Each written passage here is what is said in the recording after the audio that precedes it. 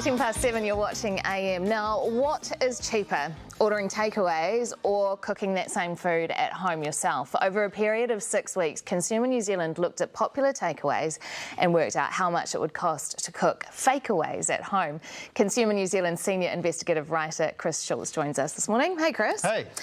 So you looked at a range of dishes, right? Yeah. What were the key ones that you were looking at? Well, I just kind of wanted to find out how expensive it would cost to cook sort of everyday meals. You know, things we'd get on a Friday night, like burgers, pad thai, butter chicken. How much would it cost to go and get those ingredients from the supermarket if you were starting from scratch and cook a meal for 4 people, family, friends, flatmates? That was the idea behind it. Yeah. So it is 4.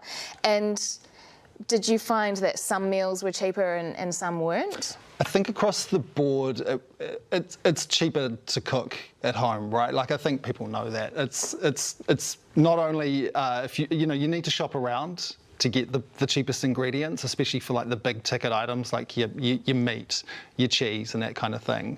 If you're doing that, you can definitely save money cooking them at home. The one caveat I would say is that Domino's sells pizza so cheap. I don't know how they do it. The day I did my survey, they were celebrating World Pepperoni Day, which is a thing, apparently. And you could get a large pepperoni pizza for $4. Wow. So, yeah, you can't do that at home, right? You can't go and get the cheese, the pepperoni, the bases, the sauce, and cook that at home for $4. It's not that's happening. Crazy.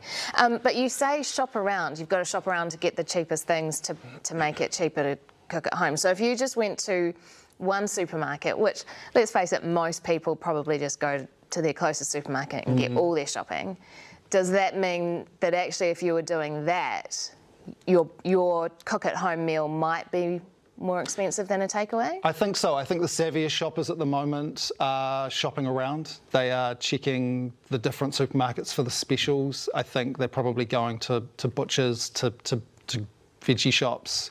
And here in Auckland too, we're pretty lucky. We've got Costco, we've got Gilmore's. You can go and buy in bulk. Yeah. We've also got Soupy, the online-only supermarket, which came out cheapest in my survey.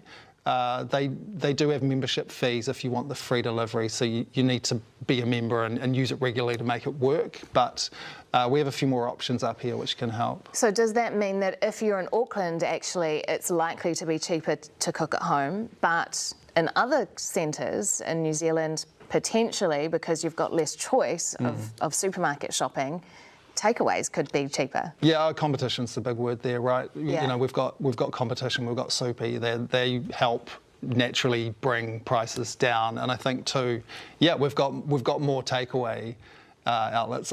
Where I used to live in Te Aratu, we had 3 Thai takeaway joints. You know, I think that just naturally provides competition and brings prices down. Yeah, interesting you looked at a group of 4, because I've been talking to some people here in the office this morning, and people saying, well, if it's just one person, it's quite different because you have to buy all these ingredients that you don't end up using. So you're actually paying a lot for a meal, more than you would if you were cooking that for 4 people. Do you think that's the case, that it also depends on how many people?